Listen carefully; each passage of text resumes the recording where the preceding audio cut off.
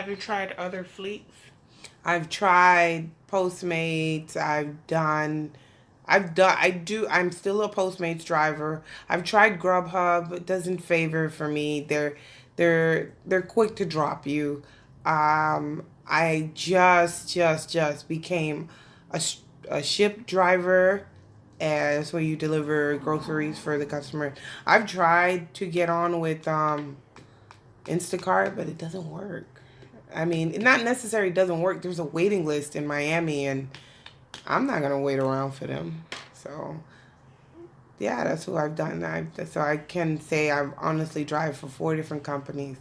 I do not do Postmates that much. So the top three: Uber, Lyft, Shipped, and then if I have someone willing to sit in my car with me, I will do Postmates or Uber Eats.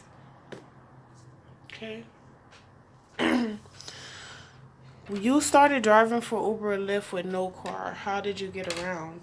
Wow. So when I first started driving, I started with Uber, and Uber had the exchange program, which I didn't qualify for.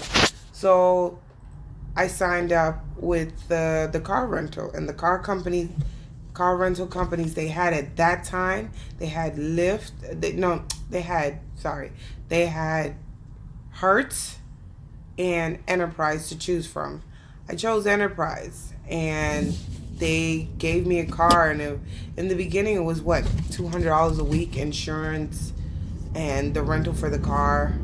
Over time, the price went up, and the closer we got to, hurricane season, Irma that year, Enterprise and Uber were in a big battle over money and lost money. That Enterprise ended its contract with Uber, so I had to turn in my car, as in, like, not because the hurricane was coming and it's the end, but I had to go to work, and the best thing to do, they wanted their car back, so I ended my contract with Enterprise.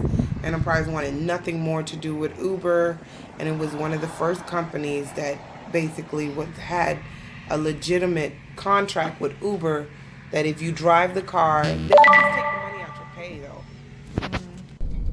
Yeah. What happened to Uber Enterprise? Uber Enterprise, like I said, the contract ended, and not only did the contract end, they felt like they lost so much money that they needed to not do any business with Uber anymore, and they were taking a loss. Their cars, it didn't go well. Like, it really didn't. And Uber, I found it very easy to sign up with Enterprise as opposed to signing up with Hertz, but I needed an established line of credit. They wanted my credit card. Like, I had to do a lot before I actually signed up. They wanted to know if you don't make enough money driving for Uber, where was your money that gonna come from? Because they wanted to know if I worked, if I had a bank account. Oh, it was they took $250 down as a down payment. That's all they needed, and whatever I drove and whatever I made driving for Uber went straight into, okay, that's the money they're gonna deduct. But the catch was, remember, every dollar you made, you're not keeping that first 200 and some change. You're not keeping it. It's going towards The what? vehicle. Yeah, at the end of the week, they just take the money out of your earnings, and it wasn't really working out well. Hertz still does it to this day, but Enterprise no more.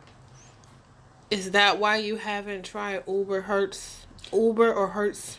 I have not tried Lyft's program or Hertz with Uber, because I felt like it was just a loss in the end. In the beginning, it was very hard to keep up with it, and I had to drive a certain amount of time to make that amount of money. But Lyft even has a promotion. If you don't have a car, we'll give you the car, and their little program. If you drive if you make 75 trips, your car rental for the week is free. It's impossible in Miami to get that many rides because there's so many drivers on the road. It's like a catch in one. They want you to think it's going to be easy. They want you to think you're going to make a lot of money, but you're not.